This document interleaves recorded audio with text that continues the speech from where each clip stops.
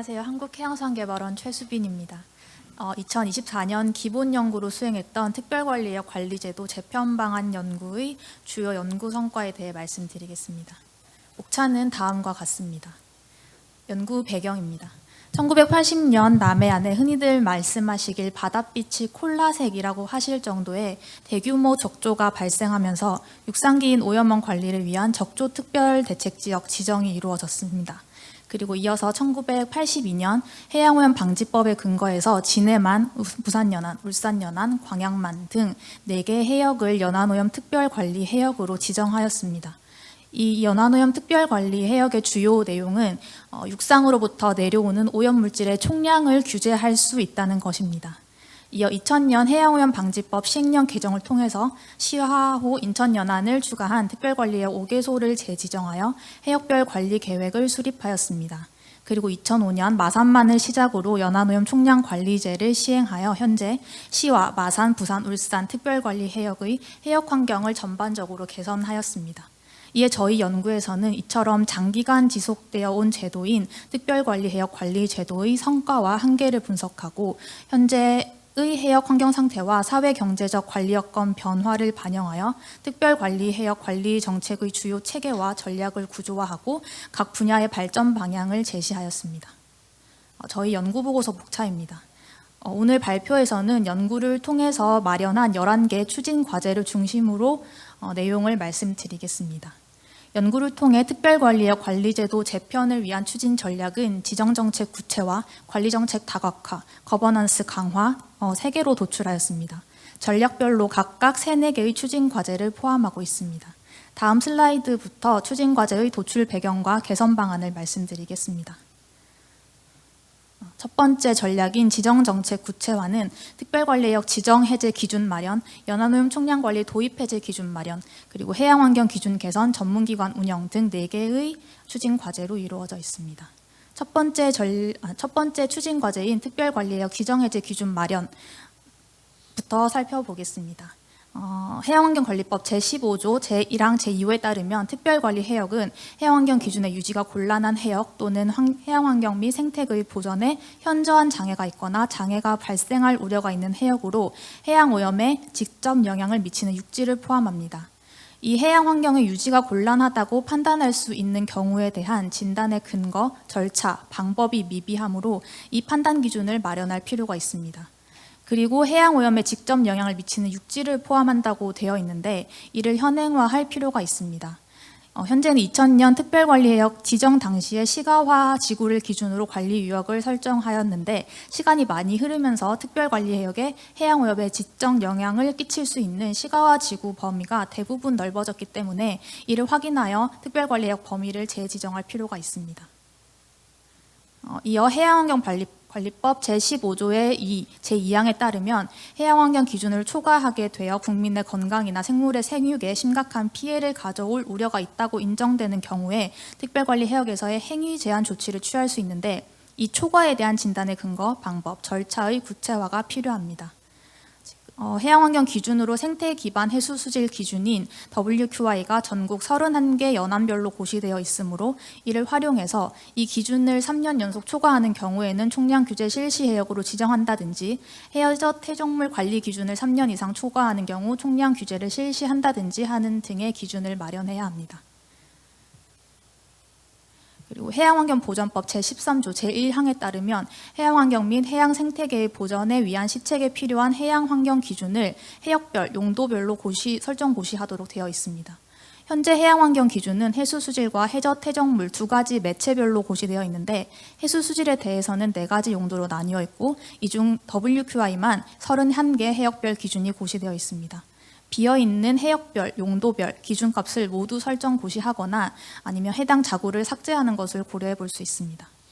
또한 2011년 WQI를 개발 고시하면서 기존의 해양환경 기준으로 고시되어 있던 항목인 COD, TNTP 등의 기준값이 폐지되어 있는데 이 항목들이 총량 규제 항목으로는 고시되어 있기 때문에 WQI와의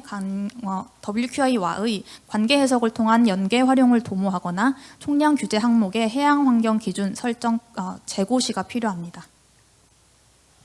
그리고 현재는 해양수산부 담당 부서 실무협의회에서 지정이 필요하다고 여겨지는 해역에 대해서 특별관리해역 지정 안건을 올리면 이후 해양수산발전위원회에서 이를 심의하는 구조로 특별관리해역 지정 및 해제 절차가 되어 있습니다. 그러나 해당 실무협의회는 특별관리해역 지정 해제 관련 업무만을 수행하는 협의회가 아니기 때문에 관심도나 중요도 등 우선순위에 따라서 지정 해제 안건이 시의적절하게 상신되지 못하는 문제가 발생할 수 있습니다.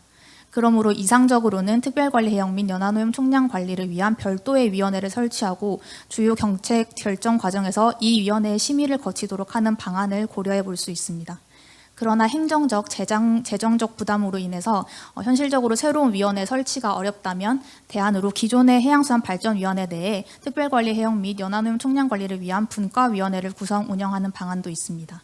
세 번째로 수가원에 연안오염 총량 관리 조사 연구반을 설치하고 기본 방침 검토 연구, 기본계획 시행계획 검토, 이행평가 보고서 검토, 지술 지침 작성 등의 업무를 위임하여 특별관리해역 제도의 효율적이고 전문적인 관리를 기대할 수 있습니다. 두 번째 추진 전략인 관리정책 다각화는 총량 규제 항목 확대, 총량 규제 외 관리수단 마련, 예비 관리해역 제도 도입 등 세 가지 추진 과제로 이루어져 있습니다. 총량 규제 항목 확대 과제는 첫 번째 전략의 추진 과제 중 하나인 해양환경 기준 개선과 연계됩니다. 해양환경관리법 시행령 제12조 제1항에 따라서 총량 규제를 할 수 있는 항목은 화학적 산소료량, 질소, 인, 중금속으로 정해져 있습니다. 먼저 이 네 가지 항목을 규제함으로써 해양환경관리법 제정 목적을 달성할 수 있는지에 대한 고민이 선행되어야 하며 해양환경 측정망이나 잔류성 오염물질 조사 등 법에 의해서 조사하고 있는 다른 항목들은 왜 총량 규제 항목에 포함되지 않는지에 대한 이유가 설명되어야 합니다. 특히 해양환경 기준에 있는 항목은 총량 규제를 할 수 있어야 하며 총량 규제 항목으로 제시된 항목은 해양환경 기준이 있어야 한다고 말씀드리고 싶습니다. 총량 규제 외 관리수단 마련 과제입니다.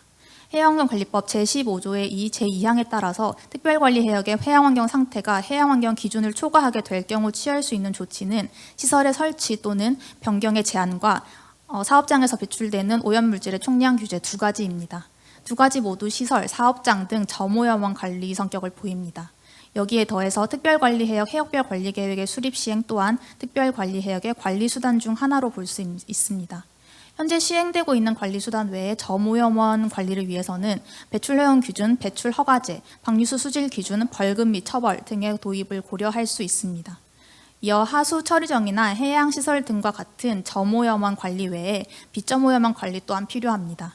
이를 위해서 해양환경관리법 제16조의 오염원 개념에 비저오염원 개념을 규정하여서 관련 근거를 마련하고 추가적으로 비저오염원 실태조사나 모니터링 체계를 구축하고 또 비저오염원 저감 사업에 대한 재정 지원 근거 마련 그리고 관련 기술 개발 등이 이루어져야 합니다.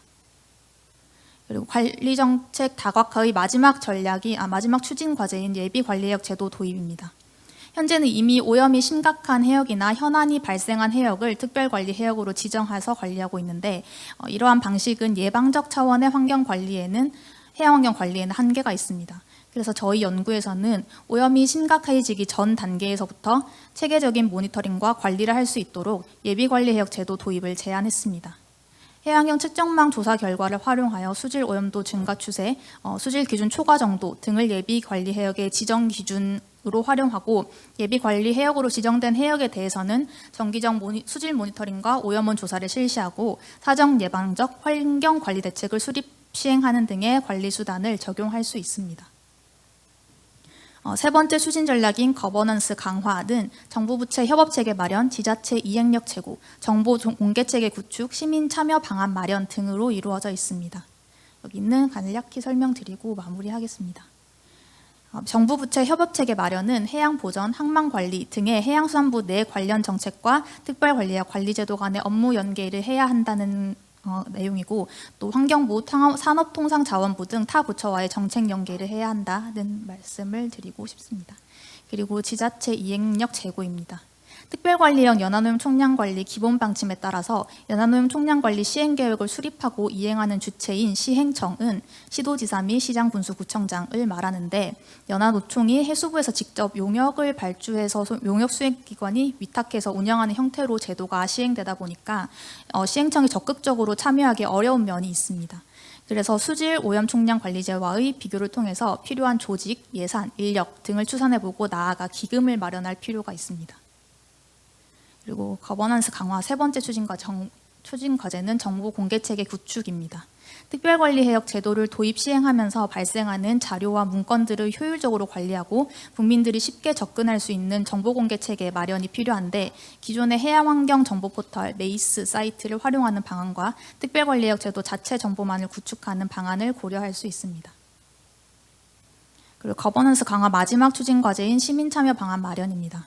특별관리해역 관리제도와 연화노용 총량관리 제도는 지역 주민과 산업활동에 직접적인 영향을 미치기 때문에 시민 참여를 통해서 지역 특성에 맞춘 현실적이고 세부적인 관리 방안 마련을 해야 합니다. 근데 이 시민 참여 방안 마련의 과제들을 통해서 그런 관리 방안 마련을 기대할 수 있고, 또 정책의 실효성을 높일 수 있습니다. 이를 위해서 다양한 교육 홍보 또 시민 참여 프로그램이 지속적으로 운영되어야 한다고 말씀드리면서 발표를 마무리하겠습니다. 감사합니다.